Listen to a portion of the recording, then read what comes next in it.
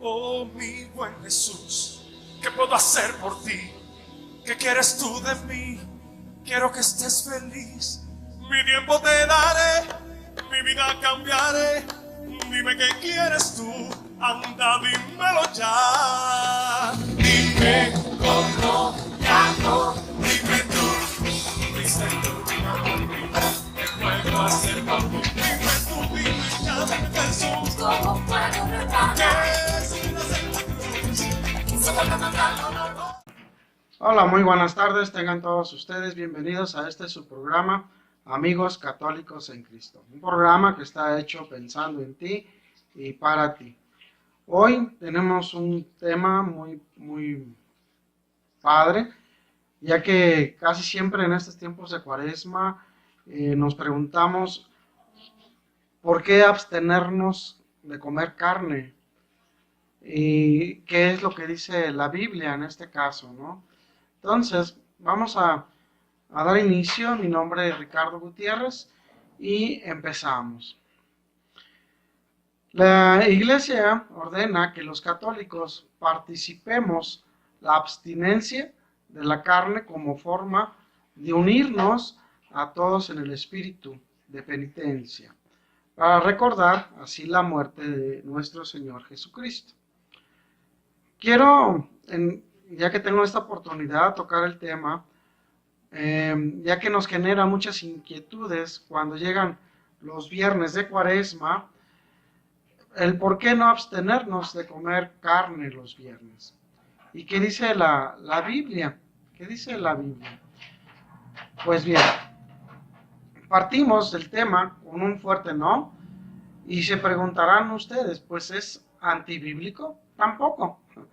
Sin embargo, los no católicos han encontrado un texto para condenar la abstinencia ordenada por la Iglesia.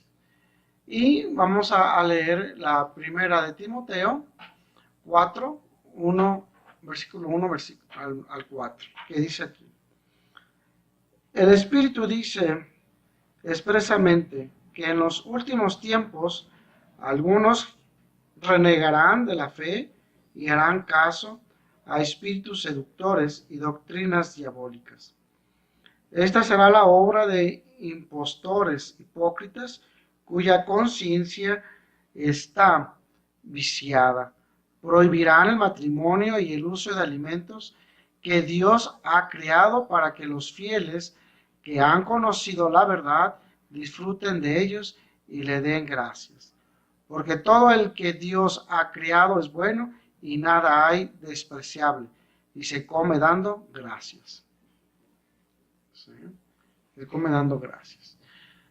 Entonces, vamos a ver, a colocar en este verso un verdadero contexto, y daremos a entender qué pasa en la época de Pablo, citando una fuerte no católica para mejor transparencia del tema.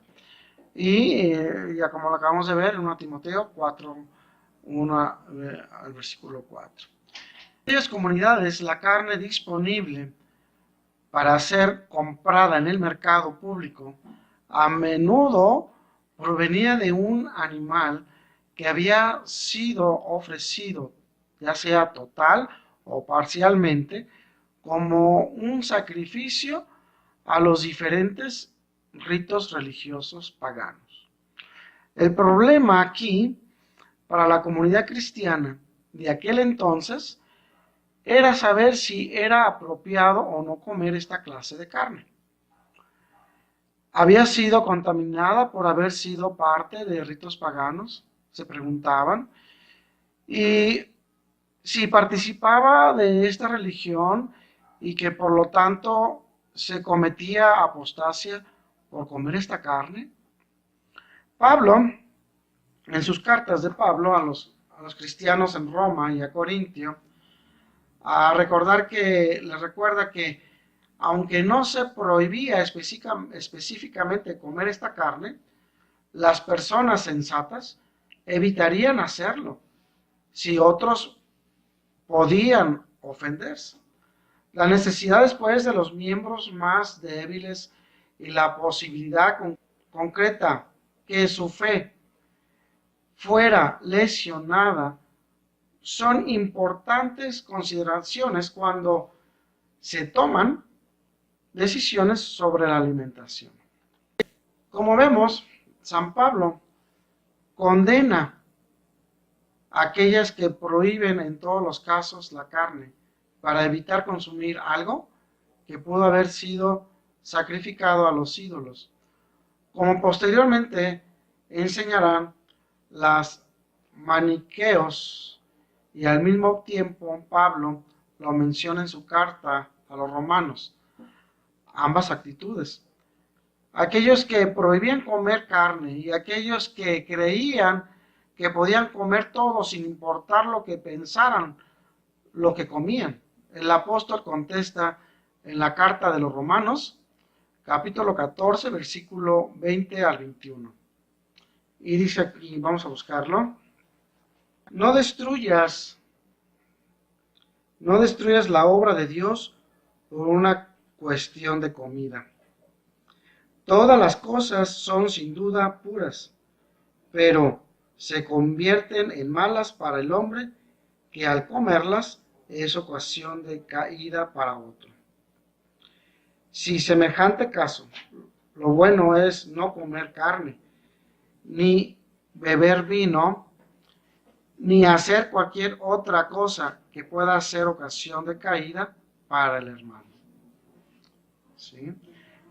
¿Esto qué nos dice? Así Pablo nos invita a examinar nuestra actitud para no afectar a la fe de nuestro hermano.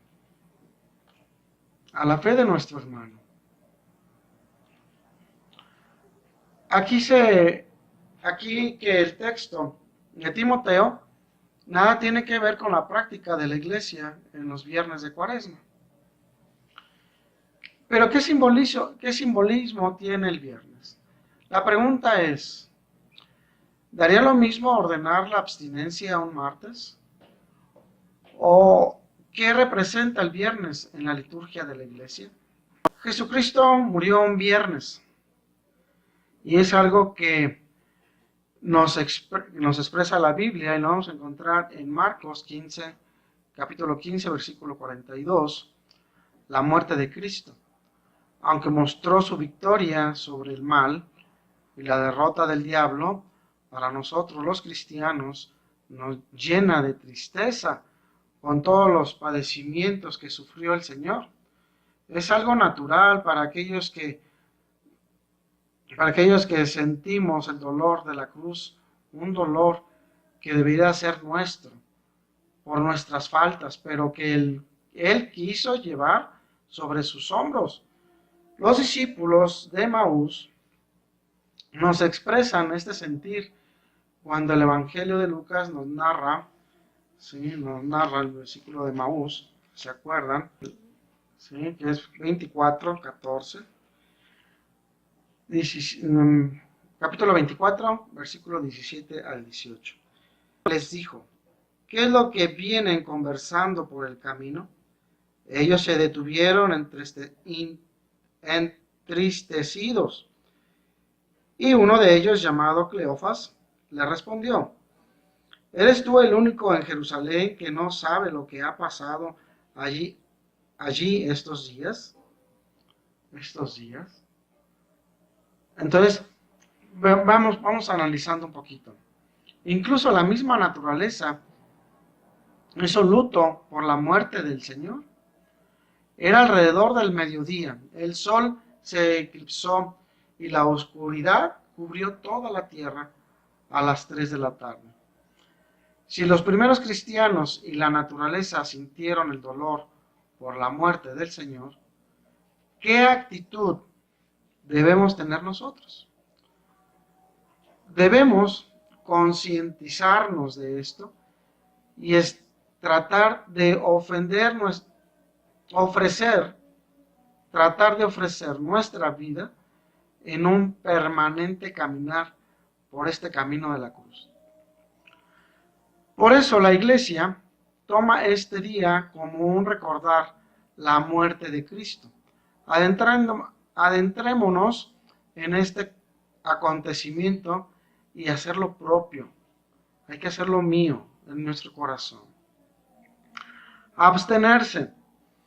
Por eso el Viernes Santo, con mayor razón la Iglesia nos invita a hacer penitencia. ¿Sí?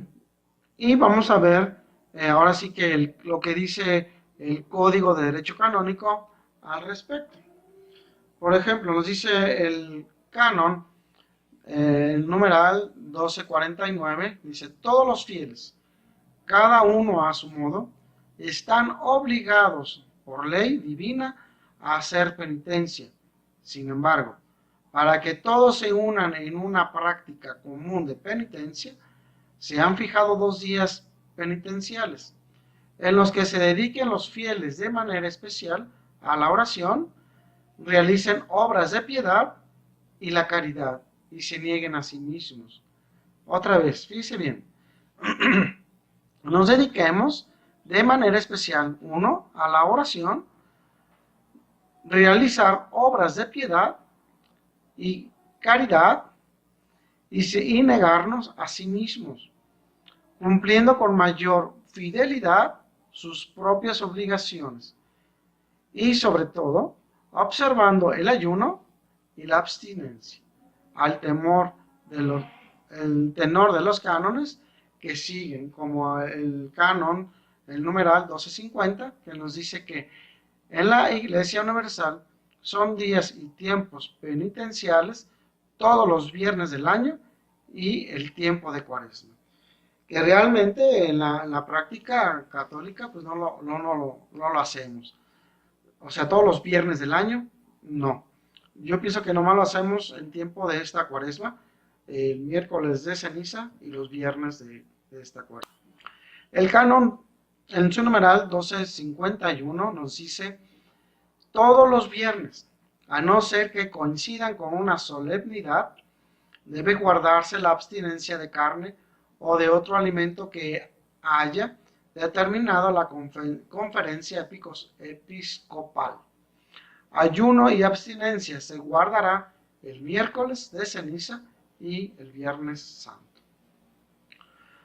Nos damos cuenta que lo que la Iglesia busca es unirnos en un solo sentir para conmemorar la muerte de nuestro Señor Jesucristo y presentar un espíritu reflexivo y de penitencia. ¿Pero de qué manera? Promoviendo el ayuno y la abstinencia y la base bíblica. Nuevamente citamos a Lucas.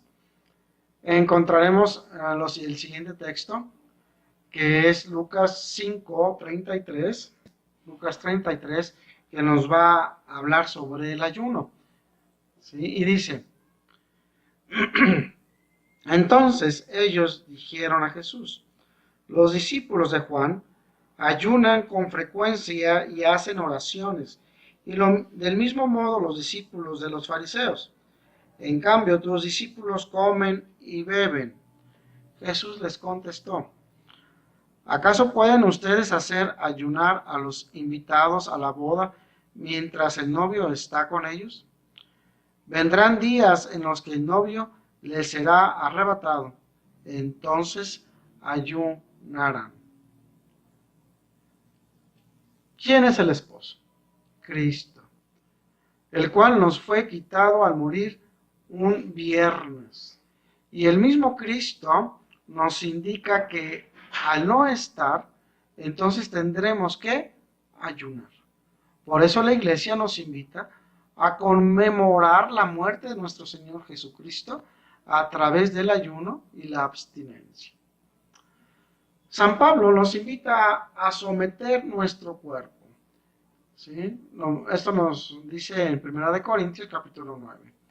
Y por eso la abstinencia logra que mortifiquemos nuestros deseos para fortalecernos espiritualmente. Pero se preguntarán ustedes: ¿por qué la carne? ¿Por qué la carne? Y no el pescado, ¿por qué no el pollo? ¿Sí? Entonces, ya en la época de San Jerónimo, en el siglo IV, surgió una controversia con Joviano, quien, como los protestantes modernos veían innecesario el abstenerse de carne, así que no son nuevos los ataques que enfrentamos los católicos, ya desde entonces, del siglo IV. La principal necesidad entonces fisiológica del ser humano es el comer. Es algo tan vital que hasta nuestro Señor Jesucristo sintió hambre y fue tentado por el mismo diablo. Así que la Iglesia ha querido, en aras de mantenernos en un mismo espíritu de penitencia en esta época, al considerar que ofrezcamos el sacrificio de no comer carne en memoria de la muerte de nuestro Señor, quiero decir que lo importante de la abstinencia de carne no es privarse de la carne en sí, rememorar la muerte de nuestro Señor como señal de sacrificio. En la Biblia hay ejemplos donde se presentan signos como señal de acontecimiento que Dios nos quiere que recordemos. Un ejemplo, cuando Josué cruza el Jordán con el pueblo, Dios le ordena guardar 12 piedras como señal. Entonces Josué llamó a los 12 hombres que había hecho designar entre los israelitas y un hombre por cada tribu y les dijo, ¿verdad? Y vamos a buscar Josué. Josué 4:5 dice, llamó Josué a los 12 hombres que había elegido de entre los israelitas, uno por tribu, y le dijo, entren en el cauce del Jordán hasta donde está el arca del Señor su Dios, y que cada uno de ustedes traiga de allí una piedra al hombro, una por cada tribu de Israel, para que les sirva de memorial, y cuando el día de mañana les pregunten sus hijos, ¿qué significan estas piedras? Ustedes le responderán, las aguas del Jordán quedaron divididas en presencia del arca de la alianza del Señor, se separaron cuando el arca pasó por el Jordán, y estas piedras son para los israelitas un memorial perpetuo. Muy seguramente habrá el no católico que haga distinción diciendo que las piedras de Dios ni las mandó como señal, pero no el abstenerse de carne. ¿Sí? O sea que si Dios mandó como una señal las piedras, pero no abstenerse de carne. Pero este es un ejemplo nada más de memorial. Para nosotros en la Biblia no es un manual de detalle, paso a paso, como hacer las cosas, pero es innegable el hecho de que Dios nos dé señales como recuerdo de una realidad mayor. Así que cuando un viernes de Cuaresma nos abstenemos de comer carne, lleva nuestra mente, nuestro corazón a recordar la muerte de nuestro Señor Jesucristo. Finalmente tenemos que responder como cuando los servidores le respondieron a Naamán al cuestionar la orden de Eliseo para ser curado de lepra. Y en Segunda de Reyes, capítulo 5, nos dice, si el profeta te hubiera mandado una cosa extraordinaria, ¿no lo hubieras hecho? Cuando más si él te dice simplemente báñate y quedas limpio. Naamán, indignado, se retiró murmurando. Pensaba que saldría a recibirme, que invocaría el nombre del Señor su Dios, me tocaría y así curaría mi lepra. ¿Acaso los ríos de Damasco, el Habana y el Farfar no son muchos mejores que las aguas de Israel? ¿No podría yo bañarme en ellos y quedar limpio? Y se fue indignado, pero sus siervos le dijeron, Padre, si el profeta te hubiera mandado una cosa extraordinaria, no lo hubieras hecho, pues cuando más habiéndote dicho, báñate y quedarás limpio. Quedarás limpio. La Iglesia ordena a los católicos que practiquemos la abstinencia de la carne como una forma de unirnos a todos en espíritu de penitencia, para recordar la muerte de nuestro Señor y someter nuestro cuerpo al espíritu, privándonos de comer un alimento muy común y apetecido por la gran mayoría. Pero está en cada uno revisar su vida en sus actos y ofrecer a Dios algún tipo de mortificación adicional que nos haga reflexionar nuestro comportamiento y nuestra respuesta hacia Dios. Si te gustó este video, no te olvides de darle un me gusta, no te olvides de compartirlo, ya que estamos a través de estos medios de las redes sociales queriendo evangelizar y llevar la palabra de Dios y dar pequeñas catequesis a todos los hermanos en Cristo. Y pues este es un programa que está hecho para ti, pensando en ti.